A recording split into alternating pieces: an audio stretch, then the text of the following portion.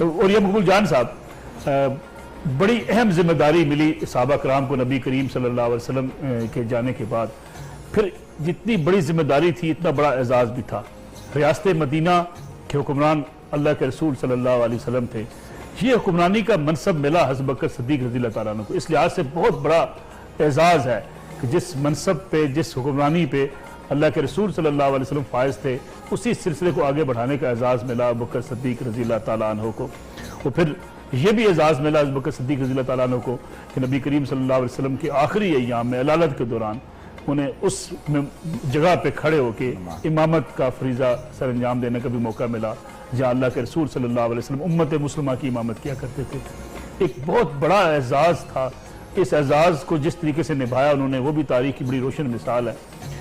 کتنی محبت تھی اور کتنی قدر و منزلت تھی ہمیں اپنے صحابہ کے ساتھ، لیکن ہم ان کے ان اصولوں کو کہ جس طریقے سے وہ حکومت چلاتے رہے، جس طریقے سے انہوں نے اللہ کے رسول صلی اللہ علیہ وسلم کے ساتھ اپنے عہد کو نبھایا، ہم شاید اس سے ایک روشن رہنمائی حاصل کرنے میں کامیاب نہ ہوئے.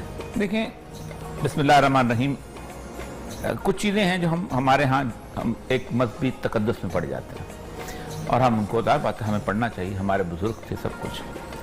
ہمارا آج کا جو یوتھ ہے نا وہ اس کو جدید ترازو میں تولتا ہے کہ یہ کیسے. دنیا کے اندر بڑی بڑی بادشاہتیں رہی ہیں.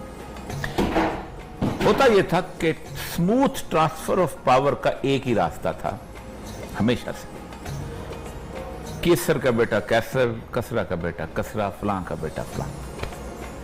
اسلام نے اس ٹریڈیشن کو توڑا ہے کہ نہیں، اس کے بغیر بھی ہم سموتھ ٹرانسفر آف پاور کر سکتے ہیں. سید الانبیاء صلی اللہ علیہ وسلم کے وصال کے صرف 3 یا 4 گھنٹے کے اندر امت سیدنا ابو بکر کے ہاتھ پہ سے کہتے ہیں سموتھ ٹرانسفر آف پاور. ایک قتل، یہ نبی کی وراثت بھی حکمرانی میں ڈائیورٹ نہیں ہوئی. نہیں ہوئی وراثت تو نبی صلی اللہ علیہ وسلم کی وراثت ہم بیسیکلی وہ تصور ہی ختم کر دیا نا. اس سے پہلے کیسر کا بیٹا کیسر، آپ نے خود کہا، آپ کی حدیث ہے کہ کیسر کا بیٹا کیسر ہوتا تھا، فلاں کا بیٹا فلاں ہوتا تھا. فرسٹ ٹائم انسانی تاریخ میں یہ ہوا کہ نہیں ایسا نہیں ہوگا. سب سے چھوٹے قبیلے کے آدمی کے اوپر بھی لوگ جائیں، کیونکہ آپ نے خطبہ حجۃ اللہ میں کہا تھا دیکھو اگر تم پر نٹا حبشی بھی اگر تم پر امام بنا دیا جائے تو تم نے اس کی اطاعت کرنی. یہ کمال تھا. سقیفہ بن سعدہ کا مشہور واقعہ. اور اس کے بعد 3-4 چیزیں ایسی میں کبھی کبھی حیران ہوتا ہوں کہ جس چیز کو لے کے چلیں سیدنا ابو بکر صدیق، ہم پرنسپلز طے کر گئے تھے سید الانبیاء صلی اللہ علیہ وسلم. مثلا سب سے پہلا کام جو رسول اکرم صلی اللہ علیہ وسلم نے کیا ہے مسجد نبوی آنے کے بعد، وہ آپ نے بازار بنایا. کہتے ہمارا 4 بازار تھے یہودیوں کے، کسی ایک اور بازار کی گنجائش نہیں تھی. کہا نہیں ہمارا اپنا بازار ہونا چاہیے. آپ کو اتنی جلدی تھی بازار بنانے کی کہ وہ بازار ٹینٹ میں بنایا. 4 بنیادی اصول دیے اس بازار کے جو آج دنیا کی معیشت کے سب سے بڑے اصول ہیں. کہا کوئی ٹیکس نہیں ہوگا یہاں کا تاجر پر. رسول اللہ کی حدیث ہے ٹیکس فری ٹریڈ ہوگی. آج ٹیکس فری زون سن رہے دبئی کیا ہے ٹیکس فری زون ہے. دنیا کے مختلف ممالک میں ٹیکس فری زون بنائے تھے. کوئی ٹیکس نہیں ہوگا. فرمایا ٹیکس لینے والا جہنمی ہے. اس پہ جہنم کی اتنی بڑی مقصد یہ تھا کہ شاید ضرورت جو ہے وہ لوگوں کو جب لوگوں کو دیکھیں مسئلہ ہے کہ جب لوگوں کو کاروبار جب لوگوں کو چیز سستی ملتی ہے لوگوں کو سارا تو پھر اس کے بعد لوگوں کو ضرورت نہیں ہوتی. پھر وہ اپنے کام خود دیکھ لیتے ہیں. سیکنڈ، کوئی مڈل مین نہیں ہوگا. آپ صلی اللہ علیہ وسلم بروکر ختم کر دیا.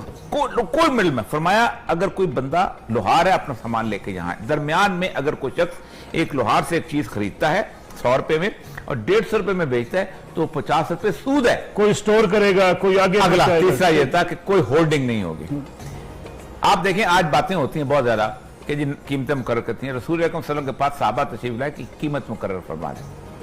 فرمایا قیمتیں اللہ مقرر کرتا ہے، اللہ کم کرتا ہے، اور میں نہیں چاہتا کہ میں کوئی قیمت مقرر کر کے اللہ کے ہاں ایسی جگہ جاؤں کہ میں اللہ کا نافرمان بنوں. یعنی آج یہ مارکیٹ سیدنا ابو بکر صدیق جو ہے اسی پرنسپل کے اوپر. اچھا پھر 2 اور چیزیں تھیں. ایک یہ تھا کہ آپ یہاں پر سپیکولیشن، جوا نہیں ہوگا اور سود نہیں ہوگا. کیونکہ عرب کا ہر بڑا شریف تھا نا جو بڑا بڑا تمردار سردار، وہ جو ہے یہودی کا مکروز تھا. اس سے پہلے لیے ہوئے تھے سود کے اوپر وہ سارا کچھ. اس کو ایک تو آپ جب آئے ہیں پہلے دن تو انہوں نے اپنا سامان اٹھایا تو کپڑے کے تاجر تھے، کپڑا اٹھایا وہ بیچنے چلے گئے. اگلی بات میں جو بتاؤں